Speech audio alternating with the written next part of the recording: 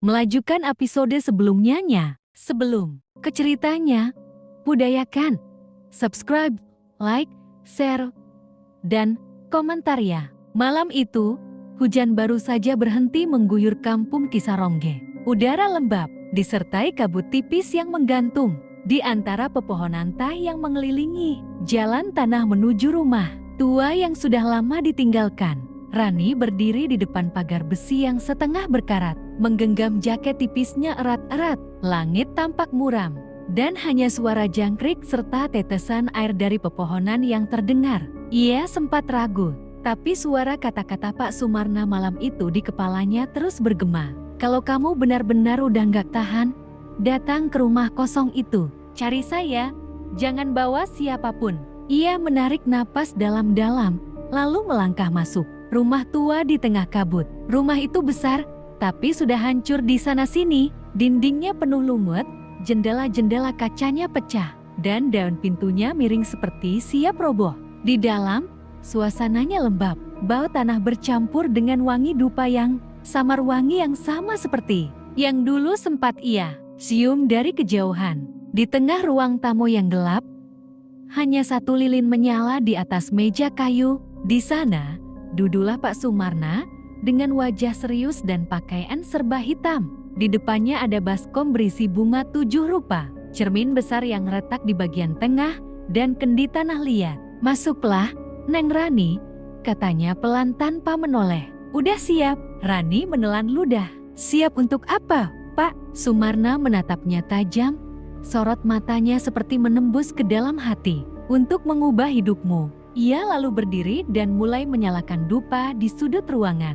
Asapnya melingkar-lingkar, membentuk pola aneh di udara. Jangan takut, katanya lagi. Malam ini kamu bakal ketemu dengan yang bisa kasih kamu segalanya: kecantikan, kemasyhuran, bahkan cinta dari orang-orang yang dulu merendahkanmu. Siapa dia? Tanya Rani pelan. Pak Sumarna tidak langsung menjawab. Ia mengambil kendi tanah liat itu, membuka tutupnya, dan mengeluarkan cairan merah tua seperti darah. Ia meneteskan cairan itu ke lantai di depan cermin sambil berbisik, "Nyi Roro Mayang." Panggilan dari darah dan niat, datanglah. Ritual pemanggilan. Rani mulai gemetar. Angin dingin tiba-tiba bertiup dari jendela, meski semua tertutup. Lilin bergetar, dan bayangan mereka di dinding menari-nari sendiri, seperti hidup. Pak Sumarna menyuruh Rani berdiri di depan cermin retak itu. "Tatap wajahmu baik-baik," katanya lirih. "Lihat dirimu sekarang, dan bayangkan dirimu yang paling cantik, paling diinginkan." Ia membayangkan wajahnya berubah, kulitnya menjadi cerah.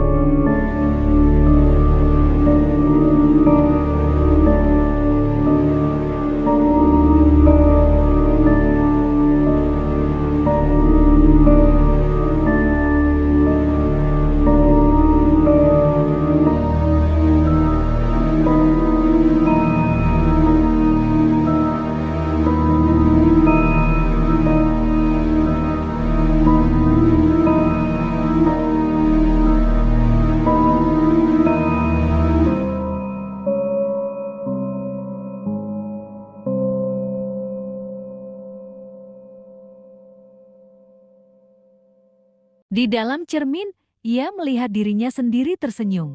Padahal wajah aslinya diam. Bayangan itu bergerak sedikit lebih lambat, lalu menatapnya lurus-lurus. "Siapa yang berani memanggil namaku?" Suara itu lembut tapi dingin, seperti datang dari dalam tulang. Cermin bergetar, dan dari dalamnya muncul bayangan seorang wanita berambut panjang, mengenakan kebaya putih. Wajahnya luar biasa cantik tapi matanya menyala merah seperti bara. Rani mundur ketakutan. "Pak, siapa itu?" Pak Sumarna hanya menunduk hormat. "Itulah dia, Nyi Roro Mayang, penguasa kecantikan dan da pesona.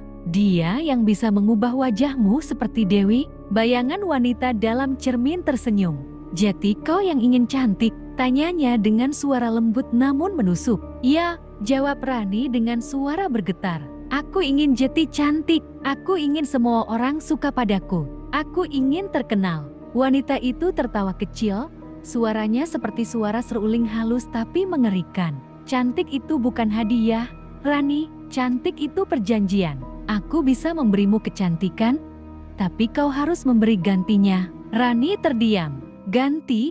Apa?" "Setiap bulan, di malam Jumat Kliwon, kau harus datang ke tempat ini membawa darah segar. Kalau kau ingin cepat terkenal, darah manusia akan mempercepat segalanya. Tapi jika kau belum sanggup, darah ayam hitam pun cukup sebagai permulaan." Rani menatap Pak Sumarna. Lelaki tua itu hanya berkata pelan, "Ambil saja dulu jalannya, Neng. Kalau sudah mulai, jangan pernah berhenti. Karena kalau berhenti, kecantikanmu bakal diambil kembali bersama jiwamu." Janji di depan cermin. Rani terdiam lama. Di dalam hatinya ada rasa takut, tapi juga dorongan aneh, suara kecil yang berkata bahwa inilah satu-satunya jalan agar hidupnya berubah. Ia menatap cermin itu lagi. Bayangan Nyi Roro Mayang tampak semakin jelas. Matanya menatap tajam, seolah menembus jiwa. "Kalau aku setuju, apa yang akan terjadi?" tanya Rani. "Besok pagi, orang-orang tidak akan mengenalmu lagi," jawabnya lembut. "Kau akan menjadi cantik, tapi ingat, darah adalah harga dari kecantikan. Jangan lupakan aku." Suara tawa lirih mengiringi angin dingin yang menyapu ruangan. Lilin padam sendiri. Rani merasakan hawa panas menjalar dari ujung jari ke wajahnya. Ia pingsan seketika di depan cermin itu. Sebelum gelap menelan kesadarannya, ia sempat mendengar bisikan samar di telinganya. "Kau telah memilih jalan kecantikan abadi, tapi setiap keindahan selalu berbau darah." Keesokan paginya, ketika Rani terbangun, sinar matahari masuk lewat celah jendela. Senyum dari sesuatu yang kini sudah berdiam di dalam dirinya. Lanjut ke episode 3.